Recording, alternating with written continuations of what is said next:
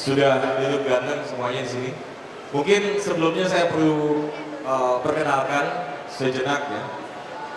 Mungkin audiens di sini sudah tahu mereka ini siapa, tapi one thing that people probably don't know adalah mereka ini adalah supporter dari Marketeers. Jadi terima kasih. Ya boleh tepuk tangan, boleh. Tepuk tangan ada, mari tepuk tangan. Kasihan Bang.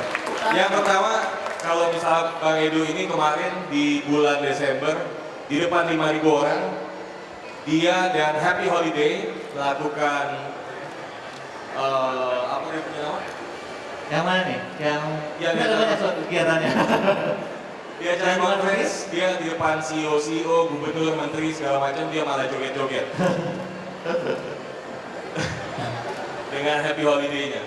Kalau Pak Billy pun ini di Marketeers adalah salah satu dari 100 youth woman netizen di Indonesia yang berpengaruh. Pengaruhnya positif, alhamdulillah. Positif ya?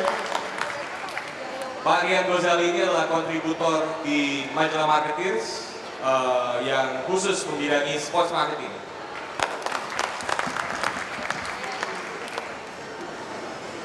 Kalau Bang Panji ini adalah Perkenalin diri sendiri aja nih. iya, Om. Berikan lu di sini, gue di sini. Ya, saya biasa dikenal mengisi catwalk seluruh dunia sebagai peragawan. Saya di foto model. Saya tahu ada wajah-wajah yang kayak ibu yang itu ngeliat saya. Nggak yakin kalau saya peragawan. Tapi saya adalah model pada zamannya Bapak. Tapi sekarang saya udah pensiun. Kasih ruang untuk yang muda-muda. Jadi dulu waktu dia masih muda, waktu umurnya masih di bawah 30 tahun, sekarang udah enggak soalnya. Dia merupakan salah satu dari top 20 aspiring star ya. Jadi anak muda masa kini lah. Sekarang udah enggak lagi. Sebenarnya masih sih. Anak muda itu kan mindset ya. Ya kalau lihat Spirit. betul. Kayak Billy kan wajahnya muda, umurnya tua banget sebenarnya. Baby face. Ya, nggak ada yang tahu kalau umurnya Billy 42, nggak ada yang tahu kan? Iya, nggak ada yang tahu. Kalau saya kan walaupun umur mungkin agak di atas 30 dikit, tapi yang penting spiritnya anak muda. Saya kalau untuk Pak Panji. Ya, terima kasih. Tepuk tangan dong buat Panji. Jadi tahun 2009 kemarin kita 2010 kemarin di Marketeers kita ngebikin apa yang kita namakan Marketeers Time Cube. Isinya itu adalah 20 aspirasi anak muda Indonesia tentang cita-citanya mengenai Indonesia di tahun 2020. Jadi mereka harus nulis aspirasinya, dimasukin ke dalam kotak yang terpampang di kantor kita, dan kotaknya itu akan dibuka nanti pada tanggal 22 Februari 2020. Pak Panji ngomong apa waktu itu? Saya sebenarnya pengen banget jawab pertanyaan itu. Masalahnya saya sudah lupa. Jadi selain Pak Panji ada juga Pak Mas Wahyu Aditya yang tadi ada di atas panggung sini. Ada juga Alanda Kariza, Dian Sastro, dan banyak lagi bintang-bintang muda lainnya. Itu sekedar pembukaan, kita masuk ke topik Jakarta di Youth City kali ini. Jadi kalau misalnya kita lihat Jakarta ini memang semakin cool sekarang. Banyak gerakan-gerakan anak muda yang dikerjakan oleh, selain dari mas-mas yang di depan ini, ada juga yang lain-lain yang membuat Jakarta itu lebih vibrant. Tapi apakah memang betul demikian Jakarta adalah vibrant city buat anak muda? Mari kita tanyakan. Makanya untuk Bang Panji, kira-kira apakah betul semakin vibrant sekarang? Saya rasa sih betul sekali. Kita nggak harus jadi orang yang punya latar pendidikan tinggi untuk bisa memahami betapa Jakarta sekarang semakin vibrant. Dan memang vibrantnya itu atau vibrasinya mungkin lebih banyak dilakukan oleh anak mudanya, tapi terasa oleh semua orang. Now it's a more exciting city. Dan exciting bukan cuma untuk orang Indonesia, tapi juga setidaknya untuk orang di regional Asia Tenggara. Dan kita semua bisa melihat, bisa merasakan. Baru sekarang sadar atau kemarin-kemarin juga sadar? Apakah ini karena faktor Jokowi? Bapak Jokowi ngambil peranan yang juga sangat penting. Tapi dari dulu sebenarnya udah ada. Tapi pertumbuhan dan vibrantnya itu makin keras dan makin kuat, and it's a positive vibe. Dan kita semua jadi senang kan tinggal di sebuah kota yang punya semangat positif gitu, ketimbang tinggal di sebuah kota yang stressful, yang tidak bisa ngasih harapan, yang tidak terasa peluang. Harapan itu adalah sesuatu, the single most important thing to a city. A city without hope will be a city of riot. Tapi livable buat anak. Livable saya rasa terutama untuk orang Indonesia, iya. Kenapa orang Indonesia itu paling adaptif dibandingkan dengan bangsa lainnya. Jakarta ribet, iya betul, tapi kita adalah bangsa yang adaptif. Kita selalu menemukan peluang dalam kesempatan dalam kesempitan. Jadi saya rasa it's actually livable. Tentunya kita pengen lebih baik, kita pengen seperti Melbourne, the best city to live in gitu. Tapi itu sesuatu yang harus kita perjuangkan sama-sama. Bukan hanya kita tuntut, tapi juga kita ciptakan. Serius gila. Kemarin pilih siapa Bang? Saya, Faisal Basri. Bang Rian? Jokowi. Jokowi. Bang Faisal Basri. Saya beli Jokowi Ahok. Jokowi Ahok. Saya Bohong. Dia sastro waktu itu nanya. Nggak ada. Hah? Nggak ada. Kalau ada ya ada sastro. Bukannya kertas kamu tempelin foto dia sastro. Pilih sendiri. mungkin yang menarik Bang Billy, Bang Panji, dan saya juga pilih Faisal Basri kebetulan. Kenapa Faisal Basri waktu itu? Kenapa Faisal Basri? Well, yang paling ini adalah kebetulan ayah saya kenal, ya. Jadi dari jauh sebelum pilgub yang kemarin itu saya udah dengar bahwa Faisal Basri akan running. Yeah. Dan dari situ saya juga udah pernah ketemu dia dan ketemu orang-orang dekatnya, dan sebenarnya kalau saya lihat adalah Jakarta ini yang diperlukan adalah gubernur yang jujur dulu, gitu ya, yang punya integritas dulu, gitu, karena dana besar, semua besar gitu. Untuk tidak dikorup aja udah akan setengah jalan, setengah maju. Jadi pemikiran mudahnya waktu itu sih seperti itu gitu. Dan tapi setelah Faisal Basri nggak menang, sekarang ini dengan Jokowi dan terobosannya bareng Ahok, cukup senang juga sih, senang. Yang menarik adalah Marketeers bersama Marketplace Insight baru saja melakukan riset tahunan mengenai fenomena anak muda di Indonesia. Ini riset keempat yang kita sudah lakukan, dan untuk pertama kalinya ketika ditanya ke anak muda umur 17 sampai 35 tahun di Indonesia, mereka itu udah punya tokoh politik yang inspirasional. Kalau sebelumnya nggak pernah itu ada. Jadi kalau misalnya ditanya siapa tokoh inspirasi anak muda di dunia politik, 90% bilang nggak ada. Tapi sekarang justru kebalikannya. Dan ini yang baru kita temukan ketika kita melakukan riset ini bulan Maret sampai bulan April kemarin di 11 kota Indonesia. Dan nama Jokowi memang mencuat. Kita kemarin juga ke Nias, dari ujung ke ujung di Nias Pak, bisa dibayangin. Ditanya Presiden Indonesia tahun 2014 siapa? Jokowi. Tentu itu akan membuat Ibu Megawati bingung.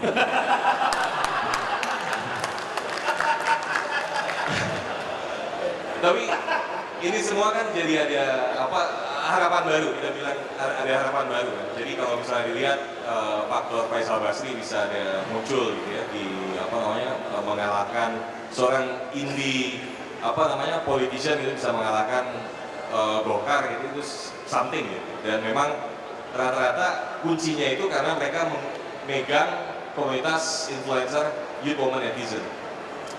Kalau Bang Rian ini sesuatu yang menarik juga, kita melihat Bang Rian ini cocok bicara mengenai fenomena anak muda di Indonesia yang banyak bilang sukanya tawuran segala macam.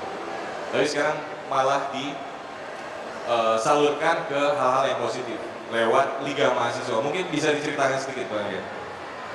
Jadi saya percaya untuk Jakarta bisa vibrant tuh, ya Jakarta sih, Indonesia in general itu perlu, anak-anak muda itu perlu sebuah platform untuk channel kreativitas mereka, untuk aspirasi mereka dan lain-lain. Dan saya rasa olahraga merupakan salah satu cara di mana mereka bisa melakukan hal tersebut.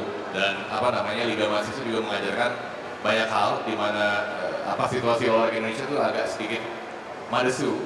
Saya kebetulan pas waktu PSSI lagi rusuh itu, saya sendiri saking pedulinya dengan olahraga Indonesia, saya ngikut arrange protes di West Coast Amerika, dari Portland, Seattle, San Francisco, dan San Jose. Saya bawa banner orang Indo sendiri, tulisannya Save Indonesian Football, Revolutionize PSSI.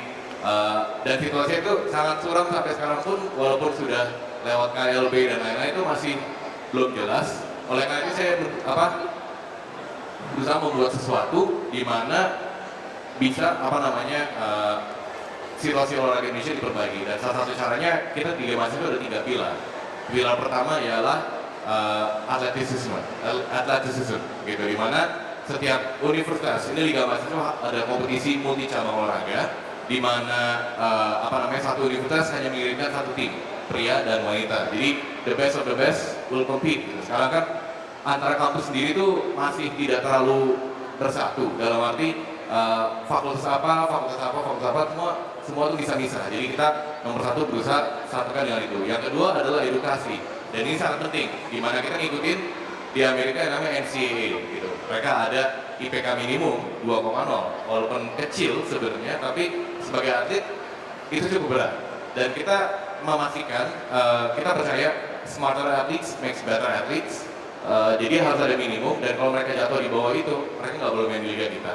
Dan yang terakhir juga salah satu aspek yang penting yang kurang dari society Indonesia ialah social responsibility. Saya ngerasa ini sangat tidak dipedulikan. Biasanya kita sekarang hidup untuk diri sendiri saja, tidak memilih yang lain. Kalau misalnya ada yang kecelakaan atau apa, mungkin karena dicuekin. Jadi kita di Liga Mahasiswa mengharuskan seluruh peserta dan officials untuk berbakti sosial selama 6 jam. Kalau sekarang udah berjalan 1 tahun ada Liga Mahasiswa? Bulan depan 1 tahun. Bulan depan 1 tahun. Dan ada di Jakarta, di Bandung, ada di mana lagi Di kompetisi? sini kita bagi dari 5 conference. Satu Greater Jakarta Conference, Ya. West Java Conference, Central Java DIY Conference, East Java Conference, dan Nusantara Conference. Kalau dibandingin Jakarta dengan kota-kota lain, mahasiswanya yang suka sama olahraga ini kayak gimana? Terutama competition spirit ya? Iya. Kalau kita bandingin. Ini kebetulan sesuatu yang menarik nih, karena di olahraga memang selalu begini. Biasa capital city itu lebih nggak gitu, nggak gigit gitu. Sedangkan Nggak ada gregetnya gitu? nggak ada gregetnya. Oh.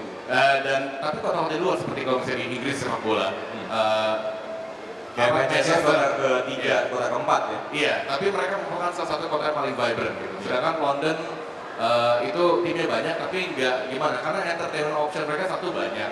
Mereka banyak sekali hal yang bisa dilakukan. Kalau di luar tuh, di luar capital city, itu merupakan sebuah community. Ini merupakan salah satu, misalnya orang pindah ke kota itu kerja, salah satu tools untuk mereka punya komunitas gitu, untuk to blend in to the culture. Jadi di Jakarta sendiri pengalaman kita, karena satu macetnya luar biasa, transport, dan 2, infrastrukturnya sangat jauh dengan yang lain, agak sedikit lebih tidak greget dibanding misalnya contoh Jogja, di mana kita selalu rame banget. Dan Jakarta juga masih belum ada stadion yang mumpuni buat olahraga sama sekali. Belum ada. Dibanding kota-kota lain, jauh lebih maju. Yang paling Arena maju, ya, kita ngomongin. ya paling maju menurut saya secara in general ya, on average, bukan satu yang paling bagus. On average Jawa Tengah, On average Jawa Tengah. on average Jawa Tengah lebih bagus. Sekarang kalau misalnya Bang Edo ini dari Happy Holiday. Sini ada yang tahu Happy Holiday? Happy Holiday Indonesia. Mungkin bisa ceritain? Saya tahu. Oh tahu ya, Bang Edo tahu pasti. Iya. Mungkin sebelumnya kita ada videonya nggak ya? Hah? Ada. Mungkin kita bisa lihat video ini supaya kita tahu ya apa itu Happy Holiday. Bisa di koordinir supaya bisa ikutan joget mungkin. Jadi ini bisa diceritain mungkin Bang Edo. Ya, jadi kita ini adalah YouTube channel Puji Tuhan saat ini nomor 1 di Indonesia dengan viewers sampai 10 juta. Yang kita lakukan adalah kita ngumpulin anak-anak muda, ngumpulin penggemar video kita untuk melakukan hal-hal yang gila bersama-sama. Contohnya ini kita beserta 1000 orang teman-teman kita. Kita bikin kegiatan bareng-bareng, kita ada namsa bareng-bareng waktu itu. Berapa orang ini waktu itu di sini? Ini waktu itu yang terdaftar sekitar 1000 orang, tapi begitu di lapangan ternyata banyak juga yang ikutan.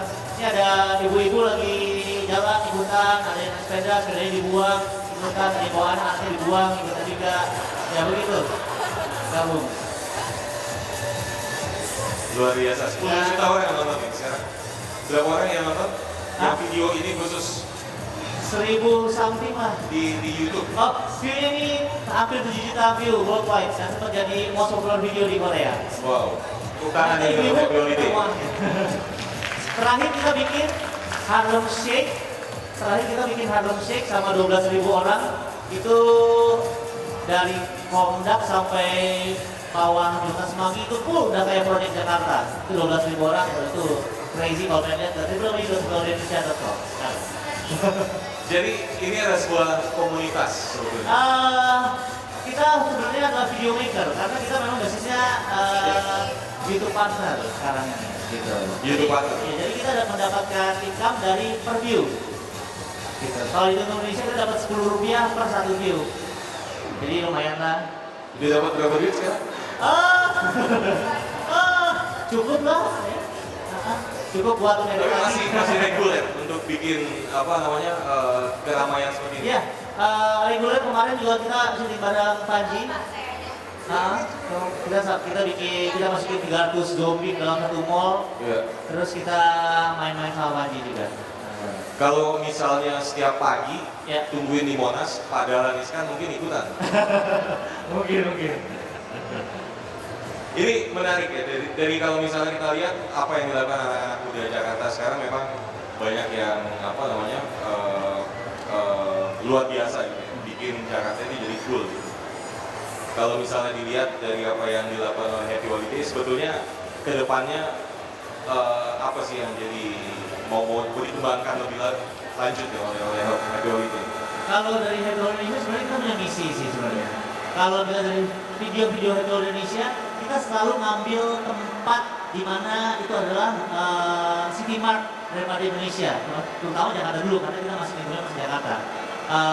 Jadi kita ambil di Bundaran HI, kita ambil di Busway, kita ambil di salah satu mall Jakarta, seperti itu. Jadi kita mengasih tahu ini loh. Misalnya kalau kita mau memperkenalkan budaya kita ke luar negeri, kita harus pakai bahasa luar negeri. Jadi istilahnya kalau kita mau memperkenalkan wayang, kita nggak pakai bahasa Jawa, orang nggak ngerti, orang luar negeri ngerti. Jadi kita pakai budaya mereka untuk memperkenalkan ini Indonesia. Itu sebenarnya misi kita, selain cari duit. Iya, selain cari duit. Menarik. Kalau misalnya Mas Billy ini belakangan banyak apa aja sekarang selain Yowanto ngurusin model juga ya? Ngurusin model Ini juga. salah satu modelnya. Boleh pengen si Panji masuk model. Yowanto itu banyak langsung terjun ke anak-anak muda di bukan cuma Jakarta ya tapi juga seluruh Indonesia. Ya. Yang bedain anak muda Jakarta dengan kota-kota lain apa? Yang bedain anak-anak muda Jakarta dan kota-kota lain. Kalau saya lihat sih, saya dengan kota-kota lain kebetulan it's a base Twitter base dulu ya, komunitas yang terbangun dari Twitter dulu. Kemudian saya minta mereka ada di 36 kota, saya minta mereka untuk berbuat sesuatu yang positif secara konkret. Jadi mereka ketemuan, let's say sebulan sekali, terus mereka ke pantai asuhan sebulan sekali, bantuin panti jompo sebulan sekali, mereka bersihin kotanya sebulan sekali, things like that gitu. Kalau saya lihat in a way karena saya terbatas komunikasi dengan yang di luar kota, saya lihat sih mereka cukup antusiasnya sama ya, karena kebetulan yang bergabung di komunitas yang mantap ini, mereka kebetulan sudah tersaring secara hukum alam bahwa mereka adalah anak-anak muda yang peduli dengan masa depannya, dan mereka nggak cuma peduli dengan masa depannya diri sendiri, tapi juga dengan lingkungan. Karena motonya memang learn and share. Gitu. Saya minta mereka untuk learn sebanyak-banyaknya, belajar sebanyak-banyaknya, dan sharing sebanyak-banyaknya. Apapun itu, ide, waktu, uang, dan sebagainya. Dan mereka bisa belajar dari satu sama lain. Exactly. Jadi nggak mesti Bang Billy-nya turun ke masing-masing kota. Kalau saya lihat justru saya memang yang mantap itu sendiri kan komunitasnya terbangun nggak sengaja. Karena memang saya tadinya cuma nulis buku doang kan. Yeah. Nulis buku, terus kemudian kebetulan memang passion saya di brand management, saya kelola bukunya menjadi sebuah brand, TV show, radio show, dan sebagainya. Tapi kalau saya lihat justru komunitas ini berdiri tanpa harus ada sayanya. Gitu. Jadi moving forward ke depannya saya berharap sih saya bisa mundur teratur dan biarkan gerakan yang mantap ini memang harus jalan terus even nggak ada saya gitu. Karena memang yang mantapnya sendiri sekarang udah lebih besar daripada nama saya gitu. Tapi ini sebuah gerakan jadinya.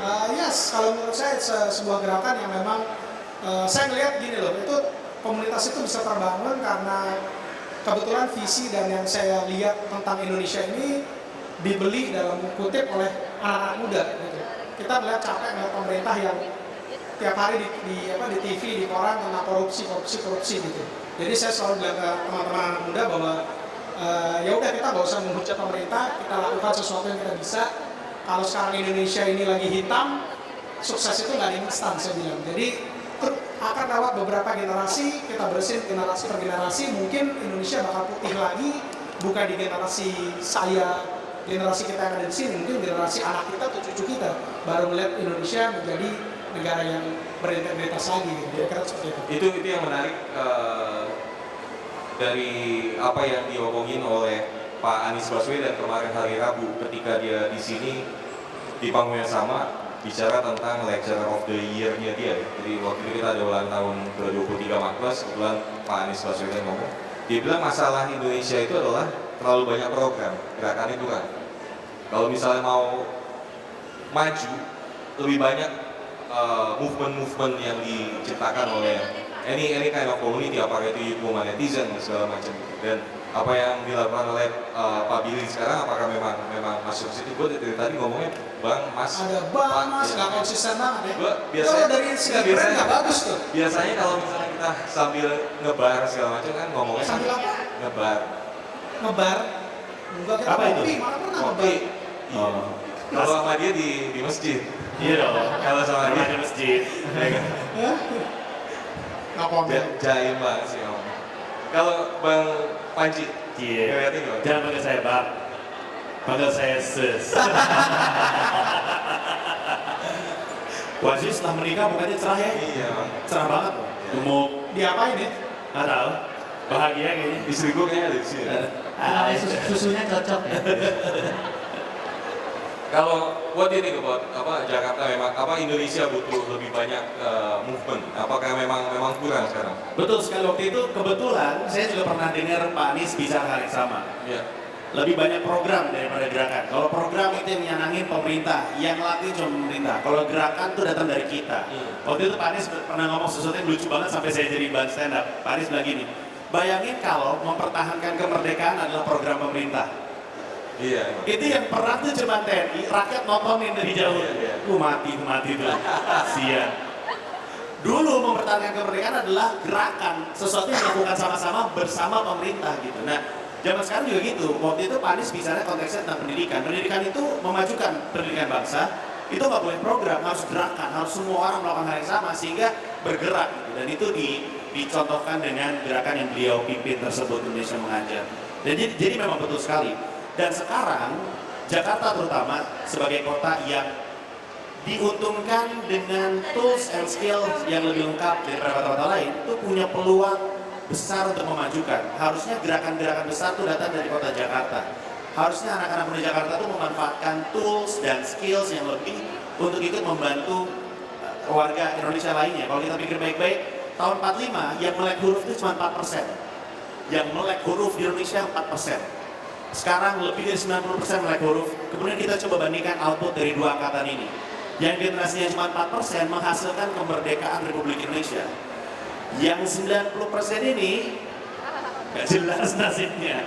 Jadi kenapa yang 90% ini tidak memberikan output yang lebih luar biasa dibanding dengan 4%? Kita percaya saking mahalnya bayar pendidikan, ilmu yang kita punya adalah untuk diri kita sendiri. Sementara 4% yang belum melek huruf memperjuangkan negaranya dengan pendidikan yang dia punya. Dan itulah yang harus kita punya di Jakarta. Asik loh, keren banget. Oh semuanya ya. Belum ya. Gila nih Pak, keren banget. Lama-lama di sini terlalu serius nih. Belajar dulu ah. Kalau gerakan yang Bang Panji sendiri aktifkan, Dan manggil Bang Tuan situ Bang. Indonesia United segala macam. Itu gerakan. Indonesia United adalah sebuah spirit yang percaya bahwa perubahan itu diciptakan bukan dituntut gitu. Jangan nyuruh-nyuruh orang doang gitu. Lakukan apa yang kita harapkan untuk terjadi gitu. Kenapa? Karena sekarang semuanya ada. Kalau dulu mungkin kita hanya bisa berharap sama pemerintah. Tapi sekarang toolsnya ada. We can actually make the change that we expect to see. Kaki kirinya adalah rakyat, kaki kanannya adalah pemerintah. Kalau ngarepin jalan Indonesia cuma pakai kaki kanan, jalannya kan terseok-seok gitu. Agak-agak kayak suster ngesot gimana gitu. Tapi kalau kaki kirinya ikut jalan, Indonesia nya majunya lebih cepat. Sialnya, yang ini nih manja nih. Mentalitasnya itu mentalitas majikan, bukan pembantu ya. Mentalitas majikan, alias, Jakarta tuh kota kelas menengah, betul nggak? Banyak kelas menengahnya. Dan apa yang paling khas dari kelas menengah? Pembantu rumah tangga. Apa yang khas dari orang yang punya pembantu rumah tangga? Kalau minta kopi, kalau pengen kopi minta dibikinin. Padahal zaman sekarang kopi tinggal ngaduk dikasih air panas. Dan karena mentalitasnya adalah mentalitas majikan, kita selalu minta pemerintah yang menciptakan perubahan hanya karena kita berpikir udah kita bayar. Padahal kalau Indonesia memang rumah kita, ini analoginya dengan rumah ya. Ibu saya tuh kerjanya beres-beres rumah mulu loh, walaupun ada pembantu. Kenapa? Itu rumah dia, bukan rumah pembantunya. Dan kalau anak muda Indonesia merasa ini adalah rumahnya dia yang beresin, bukan pemerintahnya. Tuh, belum dibayar. ada duitnya loh. Saya pikir dibayar air putih. Gimana? Ya, memang. Oh, sedih. Terlalu dekat. Untung saya bukan mentalitas majikan, saya mentalitas anak kosan. Semuanya bikin Iya, sendiri. sendiri. Yang menarik kemarin Pak Dahlan juga di panggung ini juga dia bilang di Indonesia ini yang menarik sekarang adalah kelas menengah. Kalau misalnya dilihat ada 130 juta orang di Indonesia yang didrive oleh kelas menengah ini. Mereka sangat beda. Mereka adalah orang-orang yang mau segala macamnya segala cepat. Dan mereka semua ingin maju. Cuma kebentur masalah birokrasi. What do you think, Pak? Ini Pak Rian ini kan sekarang berapa lama udah dari tinggal di luar negeri berapa lama, Pak? 11 tahun 11 tahun. Baru balik ke Jakarta. baru baik, Setahun baru kan? 1,5 1,5 tahun. Stres tuh pasti. lumayan. Ini juga Bang Billy berapa lama di luar negeri?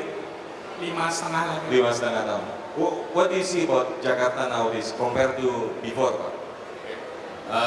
Yang pasti kalau in terms of it's a vibrant city, ya kita sudah improve jauh, tapi saya rasa itu masih sangat terbatas. Sebenarnya masih potensial itu masih bisa, tapi ya karena satu dan lain hal jadi nggak bisa. Misalnya contoh di sport aja deh, gitu. Saya di industri saya sendiri, yang tadi seperti Mas Bang Panji ngomong, Panji ngomong, apa namanya, yang mesti membantu malah kadang-kadang ngerecokin gitu loh. Yang tadi kita mau menyalurkan aspirasi melalui olahraga, misalnya dengan, misalnya saya kan juga pegang regulasi liga, misalnya gini nggak boleh. Misalnya tadi saya mau, kita hampir terbiasa yang namanya semua digampangin. Misalnya kayak contoh, selalu ada jalan pintas, kita di stop polisi mau damai atau mau pengadilan gitu kan. Jadi apa namanya, saya waktu itu sempat bikin peraturan di mana pemain cabutan dari universitas itu saya nggak kasih sama sekali. Jadi saya akan kejar habis-habisan orang itu, kalau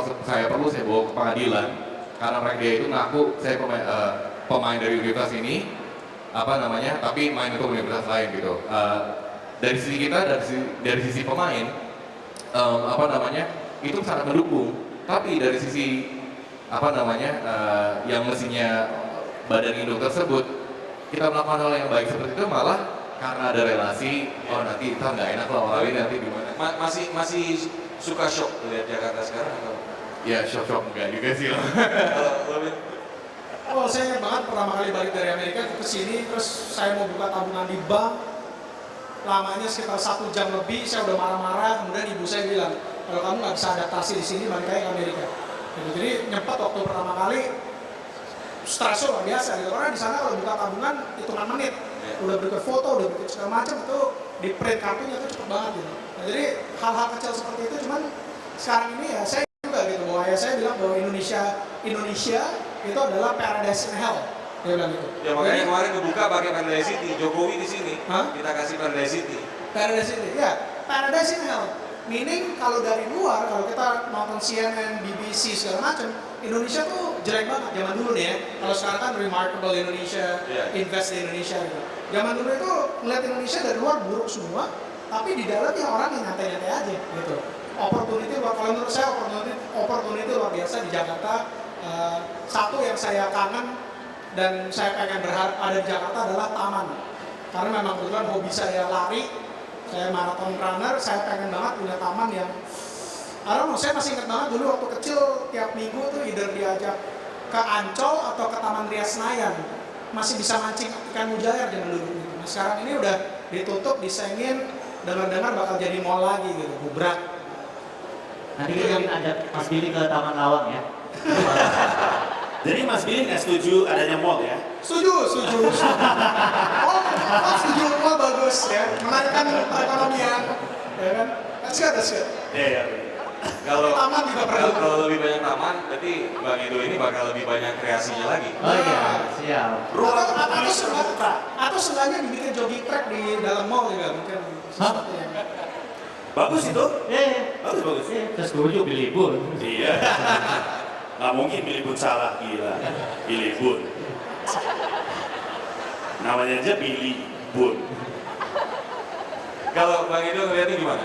Orang Jakarta ini emang punya energi spirit yang pengen maju kan? Apa yang Kalau pengen maju pasti semua pengen maju, jangan Jakarta aja, semuanya juga pengen maju. Cuma kalau dilihat kendalanya, sebenarnya kendala itu adalah kendala Indonesia sih, keseluruhan, bukan cuma masalah Jakarta aja. Karena gini, kalau menurut gue yang jadi kendala itu adalah koneksi internet. Karena gue bekerja di dunia fiber kan, koneksi internet kita sangat lambat. Bahkan kemarin gue sempat baca di kompas.com 21 Oktober, dia bilang kalau Indonesia itu koneksi internetnya terlambat se-Asia Pasifik, which is bad. Kenapa? Karena dengan adanya koneksi internet lebih bagus, masyarakat lebih cerdas, kemiskinan yang katanya jadi momok di masyarakat Indonesia itu bisa diberantas. Bukankah kalau kita cerdas kita bisa lebih makmur, kayak gitu kan? Terus kalau ngomongin soal macetnya Jakarta, perusahaan seperti Yahoo Indonesia itu kan sudah membisakan karyawannya untuk bekerja via online di rumah. Which is kalau semua kantor bisa seperti itu, nggak perlu semuanya lah yang level menengah ke atas yang udah bawa mobil semuanya kerja di rumah kan jalanan kosong. Jadi sebenarnya koneksi internet diangkat lah, gitu. Pemerintah harus concern sama ini karena ini udah masalah global. Indonesia jangan ketinggalan. Kita udah ketinggalan banyak hal, yang ini jangan. Tapi kemarin sepakat semuanya bahwa kemarin kebetulan Telco Day hari kemarin ya, dan ada petinggi-petinggi perusahaan telco dan sini, mereka bilang sepakat bahwa Jakarta itu memang it's a world class digital city, tapi coming soon. Akan. Ya kan? Iya. Itulah. Sekarang kalau Bang Manji ngeliatnya gimana? Ya. Kalau misalnya dilihat energi dari orang-orang Jakarta, anak-anak mudanya nih seperti apa sih dibanding kota-kota lain? How do you see? Kan suka keliling Indonesia juga sekarang. Betul. Suka lihat di TV juga kok. Makasih ya. Bedanya orang Jakarta dengan kota-kota lain in terms of energy itu apa? Anak-anak mudanya. Jangan kaget ya, nanti tiba-tiba jawaban saya nggak sejalan dengan acara ini, tapi nggak apa-apa ya. Nggak apa-apa. Itu juga saya ditanya. Menurut saya energinya orang anak muda di Jakarta terlalu banyak habis terhadap hal yang enggak. Kayak misalnya protes kenapa di TV Olga nangis mulu, kenapa The Voice Indonesia kok bajunya gitu. Itu dilihat dari Twitter atau? Dilihat dari Twitter. Ini poinnya berkaitan dengan yang dikatain sama Indo. Kenapa koneksi internet di daerah-daerah lain di Indonesia tidak secepat di Jakarta? Karena Jakarta bawel anak mudanya. Hampir tepat. Ini asumsi saya ya, saya takut tangkap pemerintah, tapi nggak apa-apa saya ngomong gini aja. Karena menurut saya, kalau daerah-daerah lain di Indonesia yang tidak semaju Jakarta, yang punya problema yang lebih besar di Jakarta, yang punya masalah angka kematian anak tertinggi di Indonesia, punya koneksi internet yang sama kencangnya dengan di Jakarta, mereka akan protes dan semua orang akan tahu masalah sesungguhnya yang ada di Indonesia. Orang-orang di Jakarta hidupnya nyaman. With the access of internet that you have, you complain puny things. When children are dying in Indonesia, but you never know that because they can't tweet. Anak-anak di Indonesia yang mereka hidup di NTT, anak Indonesia tertinggi meninggal di sana. Ibu meninggal ketika melahirkan juga masih sangat tinggi di Indonesia. Nggak ada yang tahu kenapa. They can't tweet about that. Nggak punya akses internet. Menurut saya dibiarkan sama pemerintah. Because they know kalau semua daerah yang mundur, yang terbelakang di Indonesia bisa berbicara sebebasnya, mereka akan kaget dan mereka nggak bisa kontrol. Dan akhirnya apa? Orang-orang Jakarta, kita makan mahal. Makanan kita jauh lebih mahal daripada teman-teman di daerah-daerah lain. Kemudian yang kita gunakan dengan kalori tersebut apa? We complain tentang macet dari dalam mobil pribadinya. Isn't that true? Didn't we complain Tidakkah kita membakar kalori yang mahal, beli Burger King atau apapun itu yang mahal kita komplain karena kita macet di dalam kendaraan pribadi yang juga merupakan penyebab macet? Tidakkah itu yang kita lakukan? Oh, energinya anak muda Jakarta banyak, tapi tidak ditempatkan pada titik-titik yang tepat. Itu menurut saya. Lalu Pak dibayar ya, sorry. Tapi itu karena SBY juga udah Siapa? Sorry? Pak Siapa tuh gitu ya? Iya, presiden. Tadi gua nggak dengar. PSBY mah presiden. SBY kan sekarang udah di Twitter. Iya, PSBY di Twitter. Yang mana sangat menarik. Saya kemarin ikutan Kamisan. Ada yang tahu Kamisan nggak? Kamisan adalah sebuah aktivisme di mana ibu-ibu yang anaknya hilang, korban-korban HAM, berdiri di depan istana presiden. Selama 303 minggu berdiri di depan istana presiden, presiden nggak pernah ketemu dengan beliau. Sekarang, ditanyain PSBY bikin Twitter kan? Bener kan? Saya lihat pernyataannya juru bicara presiden, katanya Pak SBY sebenarnya udah 2 tahun yang lalu pengen bikin Twitter. Cuman susah, baru sempat sekarang. Nggak ada koneksi soalnya. Ya mungkin, tapi itu menggambarkan beliau memang. Bikin Twitter mah gampang. Butuh 2 tahun untuk melakukan sesuatu yang gampang. Tapi mungkin itulah beliau. Yang mudah dianggap susah, yang susah dianggap tidak ada. Nah, ini sebelum kita tutup karena waktunya udah habis. Mungkin ada yang mau nanya ke panelis di depan? Keren gak gue? Ada yang mau tanya? Itu kok ada pas pampers sih? Ada yang mau nanya? Kalau misalnya pertanyaan terakhir mungkin. Sekarang dari Bang Edo dulu, 3 aspirasi dari Bang Edo untuk anak muda Jakarta ini harusnya melakukan hal apa? Tadi kan Bang Maji juga udah ngomong, tempatnya nggak benar gitu. Mestinya kan ikutan lebih banyak dengan happy holiday, joget-joget segala macam. Kalau Bang Edo ngeliatnya gimana? 3 aspirasi untuk anak Jakarta. 3 aspirasi untuk anak Jakarta, pertama berani. Karena kebanyakan kita adalah orang-orang yang gue pengen melakukan sesuatu tapi ntar dulu deh gitu. Mau melakukan ini, ntar dulu deh. Kan teman-teman gue mau nggak gue ajak ikutan kayak gitu. Pertama satu, berani untuk melakukan apa yang ingin mereka lakukan. Kayak contohnya Pak Pro Indonesia, kita pikir, ayo kita bikin sesuatu di sini, ayo kita lakukan hal itu juga, persiapan seminggu. Jadi kalau jelek ya udah, kalau jadi bagus ya udah, kayak gitu. Jadi harus berani pertama. Kedua harus kreatif, karena kita ngomongin soal industri anak muda dulu ya. Sekarang kan udah ada online store, online shop. Sekarang semuanya sudah bisa, nggak usah dengan kapital besar, tapi mereka bisa berkreatif dan melakukannya dan mendapatkan keuntungan yang bisa nantinya akhirnya mendapat kapital, akhirnya baru bisa bikin jadi sesuatu yang besar. Pertama berani, kedua kreatif, ketiga sama-sama bareng-bareng. Karena kalau kita bergerak sendiri, itu yang jadi hanya ya nggak kelihatan. You have to be with your friends, you have to be in community supaya apa yang kita lakukan bersama-sama dilihat orang dan juga jadi sesuatu yang positif di masyarakat seperti itu. Berani, kreatif dan berbareng-bareng. Iya, semoga Bang Billy. Untuk aspirasi untuk anak muda Jakarta lainnya. Oke, untuk anak muda Indonesia sebenarnya saya.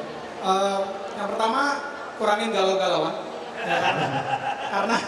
karena penyebab galau itu sebenarnya karena banyak anak muda yang nggak tahu siapa dirinya. Ya, jadi saya selalu bilang ke anak muda bahwa you have to know your passion. Kita sukanya apa dulu, kita cintanya apa dulu, itu yang pertama ya. Karena kalau kita ngerjain sesuatu yang kita cintain, kita nggak akan ngeluh-ngeluh lagi gitu ya. Hari Senin pagi atau Minggu malam kita nggak mungkin nge-tweet bilang, ya besok Senin kerja gitu kan. Atau hari Jumat kita bilang, thanks God it's Friday, besok weekend. Nah biasanya orang-orang yang nge-tweet kayak gitu tuh yang nggak sesuai passion. Jadi first we have to know our passion, itu yang pertama. Kedua, kita harus punya mimpi yang besar. Ya saya selalu bilang bahwa kita nggak akan kemana-mana kalau kita nggak tahu kita mau kemana. Dan selama mimpi itu masih gratis, mimpilah yang besar. Ya. Yang ketiga adalah kita harus punya attitude yang baik, kita harus punya karakter yang baik. Karakter ini luas banget, kalau ditanya sesuatu banyak banget, termasuk gimana cara kita open minded, kita respect semua orang, being on time, ya, being on time, sampai dengan ya itu kalau untuk Jakarta terutama ya saya bilang jangan mimpi bilang bahwa kita anak muda mau bikin perubahan buat bangsa ini kalau masih buang sampah sembarangan, masih susah untuk bilang tolong dan terima kasih dan sebagainya. So passion, dream big, sama attitude yang baik. Amazing, tepuk untuk Pak Billy. Ini memang kita butuh lebih banyak ilmu lagi memang. Setuju Ada sih. Metro TV di sini, Pak. Ada polisi di sini. Airtime-nya, Kok nggak bilang ada polisi kan? iya Pak. Ada 2 Pak di sini, Pak. Polres sama. Preman di situ. Kalau Bang Rian lihatnya gimana? Untuk gue bukan yang terakhir udah habis ya. Tapi kalau buat saya yang satu aktif dalam arti saya ngeliat banyak dari generasi di Jakarta tuh terlalu apa ya? Ya udah terima apa aja deh gitu ya. Jadi nggak ada aktif dan inisiatif lah sebenarnya. Saya gabung jadi satu ya. Apa namanya? Nggak ada drive gitu. Kesannya cuma ya udahlah pokoknya situasi gini ya udah gitu. Misalnya saya setiap kali saya cerita tentang visi misi religion mahasiswa, banyak orang yang ya udah emang kayak gitu mau gimana lagi gitu. Kesannya terima pasrah aja gitu. Jadi aktif dan positif untuk membuat perubahan gitu ya. Terus yang kedua, yang ketiga langsung karena digabung adalah menjadi orang yang peduli sosial. Yang tadi saya bilang awal-awal, saya sih lihat saat ini Jakarta banyak sekali orang yang ya cuman karena sudah antipatinya sudah hilang intinya, saking kecewa dengan apa yang terjadi di masyarakat, apa yang terjadi di government, apa yang terjadi di sekelilingnya masing-masing, udah nggak peduli aja gitu. Dan saya rasa ini perlu dikembangkan di mana mereka harus menjadi manusia sosial dan bisa berkontribusi ke sekeliling mereka. Dan yang pasti gak usah galau-galauan. Kemarin di Fatul Sembiring nge-tweet kan, anak muda Siapa? Pak Tifatul Sembiring, dia bilang Andilau itu antara dilema dan galau. Itu anak muda. Lucu juga dia. Kalau Bang Maji gimana? Aspirasinya untuk anak Jakarta lain? Menulis, Ya. membaca, kemudian tulis lebih banyak lagi. Orang menganggap remeh tulisan, padahal dengan menulis, membaca, dan menulis lebih banyak lagi, kita mengaktifasi 3 hal. 1, kita melawan konten buruk. Kalau buka Google, ketik anak SMA, kemudian klik picture. Anda akan menemukan banyak sekali perempuan-perempuan yang bengal. Tapi apakah itu kemudian berarti perempuan Indonesia semua anak SMA-nya bengal-bengal? Enggak. Konten negatifnya lebih banyak daripada konten positif yang ditulis. Sering ya Mas? Banget. Maklum, saya sudah jauh dari zaman-zaman itu. Tapi dengan menulis, kita bisa menyeimbangkan konten negatif tentang Indonesia. Kalau kita nonton berita di TV, kesannya jelek mulu. Padahal untuk orang yang pernah keliling Indonesia, kita tahu Indonesia nggak seperti ini. Cuma nggak ada yang mau beritain itu. Dengan menulis, kita bisa ceritakan, kita bisa lawan itu. 1, menyeimbangkan konten negatif. Kedua, dengan menulis, kita membagi ilmu. Sekolah itu bukan, atau pendidikan itu nggak cuma dapat di sekolahan. Ngobrol pun kita dapat ilmu. Orang lalai sama itu. Ketika kita menulis, kita berbagi ilmu yang kita tahu.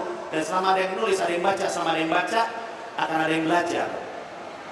Dan dengan menulis, nih yang ketiga, anak muda Indonesia belajar untuk menciptakan konten. Belajar untuk mencipta, dan bukan hanya mengkonsumsi. Dimulai dari tulisan yang kita udah pelajari dari kita SD. Ini Ibu Budi, ini Ibu Bu, Bu Udi, enggak gitu, gitu lah pokoknya. Dengan menulis, kenapa menulis dan membaca? Semakin banyak kita nulis, kita harus baca untuk nambah wawasan. Semakin banyak kita baca, kita akan nulis lebih banyak lagi. Dan dengan menulis, baca, dan menulis lebih banyak lagi, kita melawan konten buruk, kita berbagi ilmu, dan kemudian kita biasa mengkreasi, dan bukan hanya mengkonsumsi. Dan itu adalah kunci kalau anak mudanya Jakarta ingin jadi anak muda yang penting untuk Indonesia. Tepuk tangan untuk Bang Faji dan juga tepuk tangan untuk panelis yang lain. Karena time is up, nanti kita akan bicara lebih banyak off air. Demikian sesi dari Jakarta Marketing Week kali ini, Jakarta di Youth City dengan para panelis. Tepuk tangan sekali lagi. Sebelum kita akhiri akan ada sertifikat of appreciation. Let's pray the best way.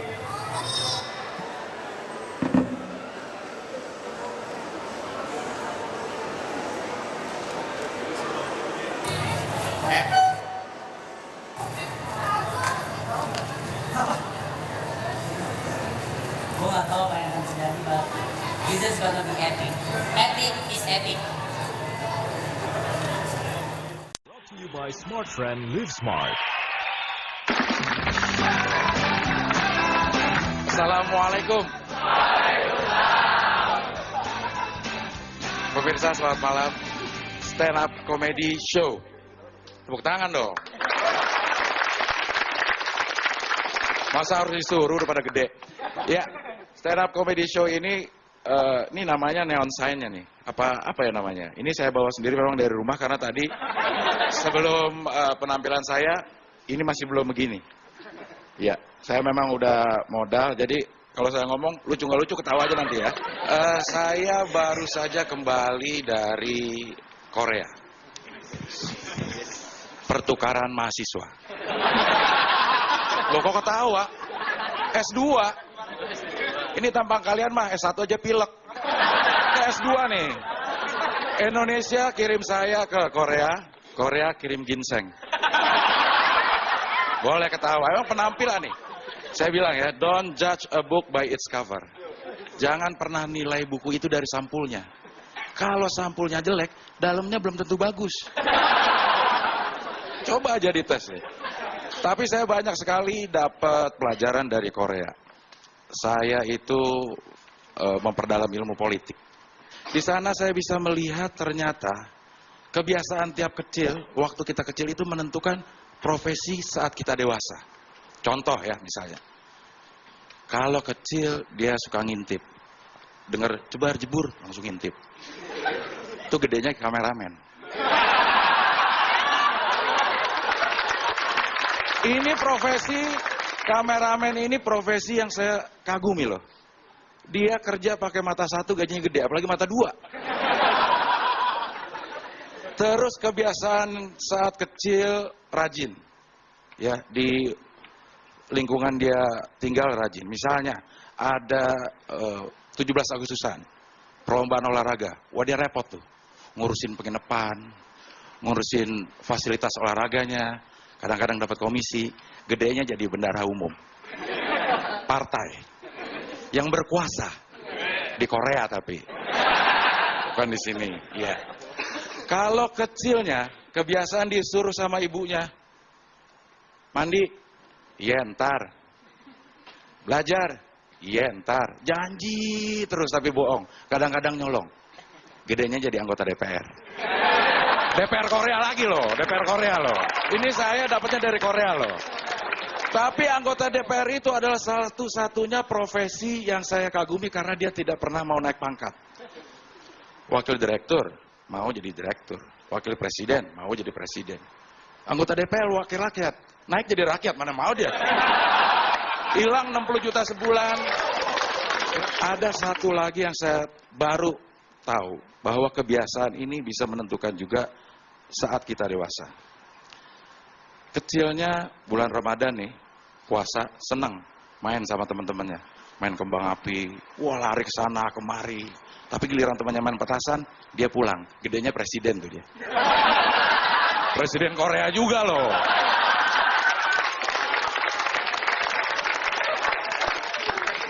Dan di Korea juga saya melihat kehidupan yang sangat rukun sekali. Di sana juga banyak etnisnya loh. Tapi rukun satu sama lainnya itu saling menghormati. Saya ingin di Indonesia juga kayak gitu. Isu non-pri sama pribumi itu udah nggak ada. Etnis Cina misalnya, itu jangan dianggap lagi sebagai non-pri. Udah kita anggap sebagai orang Indonesia. Etnis Cina itu sekarang udah ada yang jadi gubernur di Beijing. Kalau nggak percaya ke Beijing aja. Satu lagi yang saya diskusi dengan teman-teman di Korea. Ya karena saya ke Korea. Masa Korea tahu-tahu saya di Tunjungan. Perguruan tinggi yang paling kasihan deh loh, menurut gua adalah UGM, Universitas Gadjah Mada. Dia sudah mencalonkan guru besar politiknya untuk jadi presiden, tapi nggak dapat. Amin Rais. Itu dikarenakan pada saat itu budaya untuk jadi presiden katanya harus di belakangnya O, Soekarno, Soeharto. Loh kalau Amin Rais ditambahin O, Amin Raiso. Sampai kapan juga dia nggak bakal jadi presiden.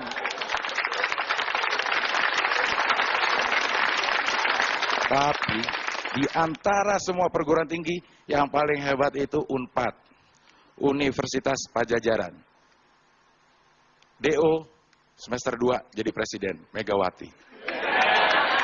Kalau lo mau jadi presiden, kuliah di UNPAD. Tapi lo harus jadi anak presiden. Baru bisa ya. Dan di Korea juga, saya mendapatkan ilmu untuk menilai cewek. Dari cara duduknya. Maaf ya, Mbak ini. Yang duduknya begini. Itu adalah tipe cewek protektif. Artinya melindungi propertinya. Dompetnya mungkin di situ ya. Iya, dia jadi ntar diambil orang lagi ya kan.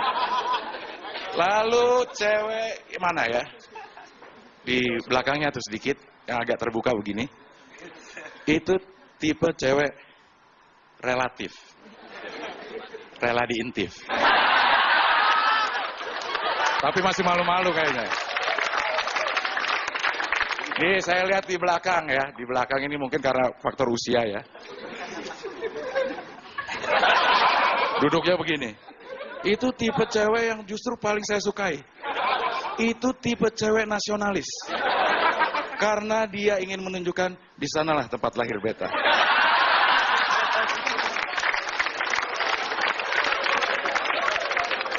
Dan saya senang sekali ini memang Metro TV oke banget lah. Ini tempat duduknya juga udah pas. Yang cantik-cantik di belakang. Yang ganteng-ganteng di depan, yang jelek nyebar. Saya juga pernah di Korea juga ini. Bosan di Korea atau saya pindah aja nih? Hah? Pindah ya? Mau negara mana? Saya sering loh pertukaran pelajar loh. Mau negara mana? Mau negara mana? Di Australia. Saya lama di Melbourne. Ini mau di Australia, ini mau di mana? Padang. Padang mah bukan di luar negeri. Nah ini orang Padang nih. Orang Padang itu kenapa dibilang pelit? Itu salah dia sendiri. Coba lo jalan ke Ben Hill. Di situ ada restoran Bundo Kanduang. Makan, tetap ditagih loh. Padahal kandung loh. Apalagi Bundo angkat.